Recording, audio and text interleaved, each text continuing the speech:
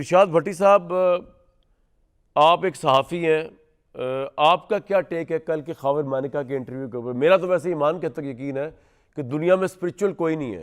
ذاتی معاملات پہ بات نہیں ہونی چاہیے، لیکن اسپرچول کوئی نہیں ہے۔ یہ جو ہوا بنایا ہوا ہے نا کہ جی فلاں بی بی تو فلاں بابا تو فلاں یہ تو فلاں وہ، یہ فضولیات اور لغویات کے اندر قانون کے آگے سب ہیچ ہے۔ لیکن آپ کو کیا ملا انٹرویو سے کل کے، عمران صاحب کے متعلق یا اوروں کے متعلق؟ دیکھیے، میں آپ کے ساتھ ہوں اور میں ایگری کرتا ہوں آپ سے کہ ہم لوگ ہیں اصل میں بصیرت پرست نہیں، عقیدت پرست ہوتے ہیں۔ ہمیں اپنا پسند کا لٹیرا چاہیے، ہمارا جو پسندیدہ ہو وہ جو بھی کر جائے وہ پاک باز ہے، اور جو ہمارا مخالف ہے وہ جتنا بھی پاک باز ہو وہ غلط ہے، اور اس میں سے بہت سارے کیڑے نکلیں گے۔ پہلی بات تو یہ ہے۔ دوسری بات یہ ہے کہ جو بشرا بی بی کی انوالومنٹ ہے، میں سوچ رہا تھا، مجھے پتا تھا، میں آپ کے پروگرام میں ایک دو مرتبہ میں نے بات کی کہ خاور مانیکا کی کوئی پریس کانفرنس آنے والی ہے، خاور مانیکا کا کوئی انٹرویو آنے والا ہے۔ میں سوچ رہا تھا کہ خاور مانیکا بنی گالا اور زمان پارک میں جو بیانیہ بن رہا تھا نا میر جعفر میر صادق کا، کہ فوج کو میر جعفر کہو اور جو بھی بات کرے اس کو غداری سے لنک کر دو، اور جو کچھ بھی ہے اس کو تباہ و برباد کر دو، اور فوج سے لڑنا ہے اور دھرنے کرنے ہیں اور بڑے زیادہ لوگ آنے ہیں اور فلانا فلانا، اس حوالے سے کوئی گفتگو کرے گا، یا جو مبینہ طور پر لوٹ مار ہوئی پنجاب میں، اور 3 خاندان تھے مبینہ طور پر جو اس لوٹ مار کے تھے، ایک بزدار تھے، مانیکاز تھے، کئی مرتبہ بات ہو چکی ہے، اور احسن جمیل گجر اور فرا گجر تھی مبینہ طور پر،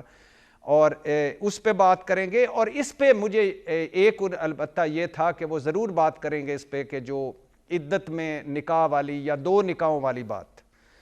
لیکن جو خاور مانیکا نے جو بہت ساری چیزیں شرمناک طریقے سے گفتگو کی، اب جو 6 سال بعد اس خاتون کے بارے میں گفتگو کی جو ان کے ساتھ 28 سال رہی ذاتی کردار کے حوالے سے، اور جو ان کے بچوں کی ماں ہے،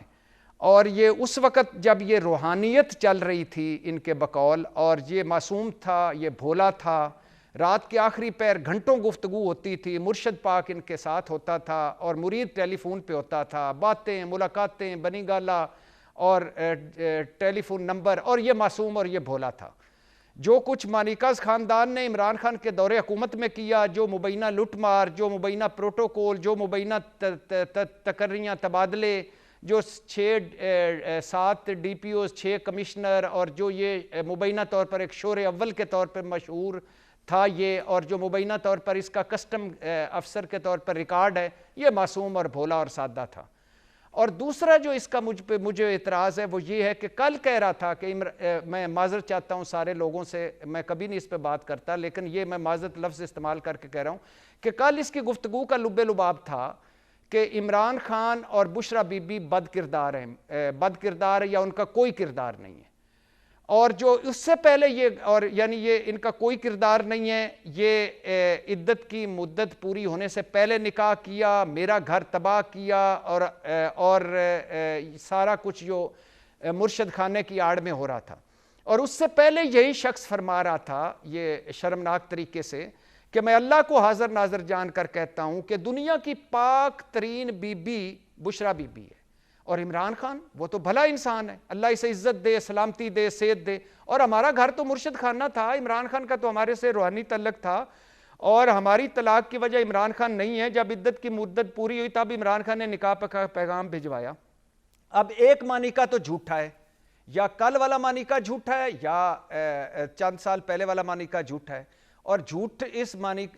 ایک جو جھوٹا مانیکا ہے اس کو میں کہنا چاہتا ہوں، ظفر اقبال صاحب کا شعر جو میں نے ایک پروگرام میں اپنے پروگرام میں سنایا ہے، جھوٹ بولا ہے تو قائم بھی رہو اس پر ظفر، آدمی کو صاحب کردار ہونا چاہیے۔ اس سے تو نواز جو شریف بشرا صاحب بی بی کی انوالومنٹ ہے، نواز شریف صاحب کیا نکالیں گے پولیٹیکل فائدہ؟ وہ کہہ رہے ہیں کہ خاور مانیکا کے بیانات کے بعد عمران خان کو ریاست مدینہ کا نام نہیں لینا چاہیے۔ دیکھیے 2-3 باتیں ہیں بھائی جان۔ پہلی بات تو یہ ہے کہ کیا یہ جو عدت والا نکاح جو مین چیز ہے کہ اس میں جو کیس بھی چل رہا ہے جس میں کہ قرب قیامت کی نشانی ہے کہ اون چودھری، مفتی سعید اور اب خاور مانیکا اس کے گواہ ہوں گے، وہ تو عمران خان کے خلاف، اب اس کیس کا کیا نکلتا ہے، کیسے ہوتا ہے، اس کیس کے شواہد ہیں یہ تو، اور اس میں میں کہتا ہوں کہ اون چودھری بھی ملزم ہے، مفتی سعید بھی جس نے 2 نکاح پڑھائے جانتے بوجھتے، اون چودھری مبینہ طور پر دونوں کے گواہ تھا، اور اس کو سب کچھ پتا تھا اس خاور مانیکا کو مبینہ طور پر. نہیں میں کہہ رہا ہوں نون لیگ کو کیا فائدہ سیاسی ہوگا اور پی ٹی آئی کا نقصان ہوگا سیاسی؟ بھٹی صاحب میں یہ پوچھ رہا ہوں، کیس تو چل رہے ہیں پی ٹی آئی کو بھائی جان، پی ٹی آئی کو کوئی نقصان نہیں ہوگا، جو جہاں پہنچ چکا ہے کام، اور جو مانیکا تو کم از کم نہیں نقصان پہنچا سکتا. ہاں جو نون لیگ کا ہے وہ ڈیفینیٹلی ہوگا فائدہ سیاسی. یہ الیکشن کا دن ہے، وہ ایز اے سیاست کے طور پر استعمال کریں گے. ریاست مدینہ، عمران خان کے قول زریں اور پھر اس ساری چیزوں کو وہ استعمال کریں گے اور اس کو کریں گے. لیکن ایک آخری بات بھائی جان، آخری نہیں اس پروگرام میں، اس پہ آخری ایک، خدا کے لیے یار، ایک بی آر ٹی تھا، ایک معلم جبہ تھا، ایک ہیلی کاپٹر کیس تھا، پنجاب کی تکرریوں تبادلوں پہ فکر نہ کر بھٹی میری جان، سب کے ساتھ انصاف ہوگا، فکر نہ کر تو میرے دوست، تیری فکر جو ہے نا مجھے ستائی جا رہی ہے راتوں کو بھی. ان کو نہیں لیکن بھٹی صاحب میں جا رہا ہوں میاں صاحب کے پاس، میاں جاوید لطیف صاحب کے پاس، میری ایک بات سنیں. آپ اس بات سے ایگری کرتے ہیں نا کہ یہ بکواس بات ہے کہ یہ کوئی کہے کہ جی سب سے پاک باز شخص وہ ہے اور یہ ہے وہ ہے؟ یہ روحانیت کے چکر میں عوام کو جتنا بیوقوف بنایا گیا، تماشا لگایا گیا، مذہب کی جس طرح بے حرمتی ہوتی ہے جو آل وسلم کی سیرت کے بھی برخلاف ہے، شریعت کے برخلاف ہے اور قانون کے بھی برخلاف ہے. یہ تو آپ مجھ سے ایگری کرتے ہیں نا؟ دنیا میں کوئی شخصیت ایسی تو نہیں ہے عام انسانوں میں. بھائی جان جب میرے پیارے نبی، جس پر میری آپ کی ہم ساروں کی جانیں قربان، جن کی جو ہماری ریڈ لائن، انہوں نے جب کہا ہے کہ اگر کوئی غلط کام کرے گا تو میری بیٹی بھی جواب دہ ہوگی، اور صحابہ جواب دہ ہوتے تھے، کیڑا پاک باز پاکستانی پاک باز پھر رہے تھے. بالکل ٹھیک ہے جی، پوائنٹ آ گیا آپ کا.